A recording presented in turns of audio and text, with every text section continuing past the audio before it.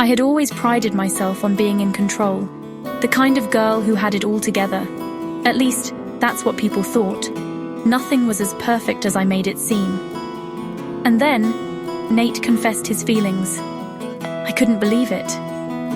There I stood, outside the campus library, freezing in the biting winter air. And Nate, the one person I never thought would look at me that way, had just poured his heart out. "I've always liked you, Lily. More than you know," he said. I was stunned, unable to breathe. Everything around me froze. His words hit me like a tidal wave, crashing against the walls I'd built to keep people from seeing the chaos inside. For a moment, the world seemed to disappear, leaving just the two of us standing there, my heart pounding in my chest. But as I looked at him, really looked at him, something inside me recoiled. Nate was smart, funny, charming, everything a girl could want. But my life was a mess. My family was falling apart. My father had been drinking more than usual. My mother was lost in her own world. And the bakery, my family's legacy, was hanging by a thread. I didn't deserve him. I couldn't drag him into this whirlwind of uncertainty and pain. I don't feel the same way," I said, the words tasting like betrayal in my mouth. His face fell, and I could see the hurt flash in his eyes, but he quickly masked it with a tight-lipped smile. "It's okay, Lily. I just thought you should know." And with that, he turned and walked away. But something in me cracked, like a dam breaking, and I felt the weight of it all.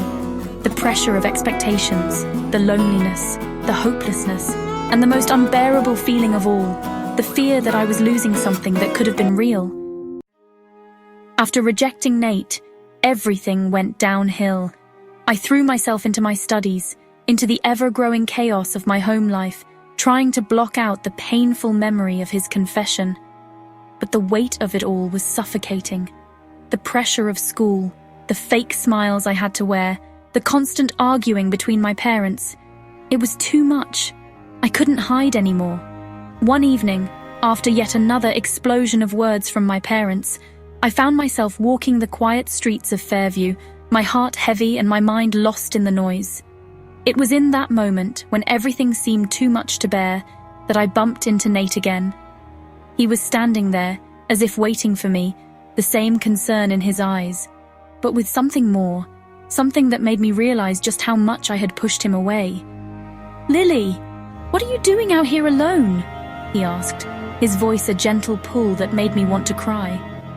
"I needed to get away," I whispered, feeling the tears threaten to spill over. "Everything's falling apart. My family's business. It's crumbling. I can't keep pretending everything is okay." Nate stepped closer, his gaze soft and understanding. "You don't have to do it alone," he said, his voice filled with an earnestness that reached deep into my soul. I wanted to say something, anything to push him away again, but instead, I found myself breaking down in front of him, my emotions spilling out like a flood. "I've lost everything, Nate," I cried. "I don't know who I am anymore. I can't keep doing this." And then, just like that, he did something I hadn't expected. He pulled me into his arms, and for the first time in what felt like forever, I felt safe. For a moment, the world faded away, and it was just Nate and me. I could feel his heart beating against mine, steady and reassuring, and for the first time, I allowed myself to believe that maybe I wasn't as lost as I thought. Things between Nate and I began to change. The walls I had carefully built around myself began to crack. The nights we spent talking about everything, my family, my fears, his dreams, our future, brought us closer than I could have ever imagined. But it wasn't just the emotional intimacy that deepened between us. There was something more. One night, after a particularly grueling day of balancing schoolwork with the ever-looming threat of my family's bankruptcy, I ended up in Nate's dorm room. The silence between us was comfortable, but the air was thick with unspoken words. I could feel the tension, the electric charge that had been building ever since we'd started spending more time together. "I'm here for you, Lily. I want to help you, no matter what." Nate's voice was low, almost a whisper as he stood in front of me. Before I could stop myself, I closed the distance between us. The kiss that followed was slow at first, hesitant, as if we were both trying to navigate the storm that still raged inside of me. But then, something shifted. I pressed myself closer to him, my hands finding his chest, feeling the warmth of his body, the steady rhythm of his heart. This was different. This wasn't about escape. It was about connection. It was about letting go of the fear that had kept me locked away for so long. When we finally pulled away, breathless, our foreheads rested against each other. Words weren't necessary anymore. We both knew that something had changed.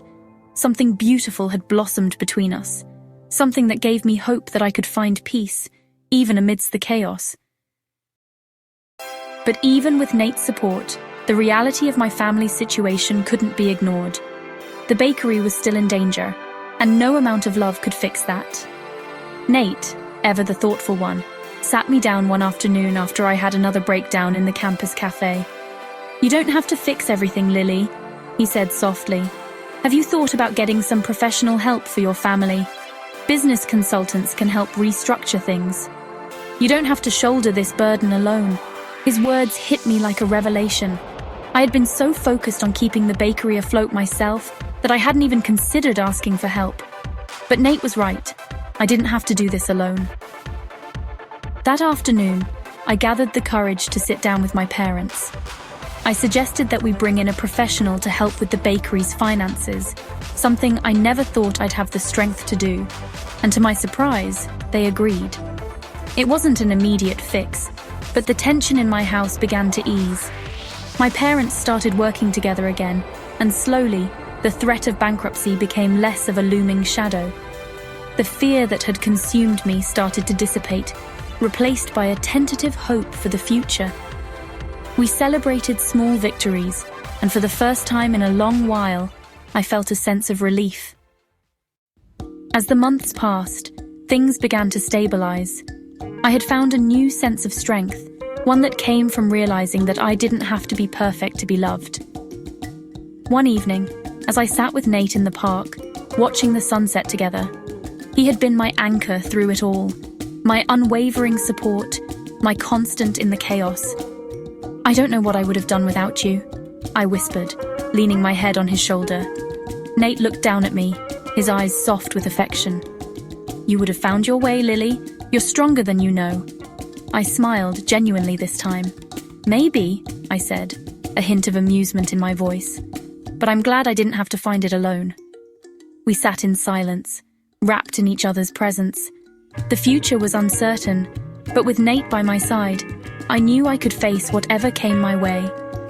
For the first time in a long time, I believed that love, real, unconditional love, was enough to heal even the deepest scars.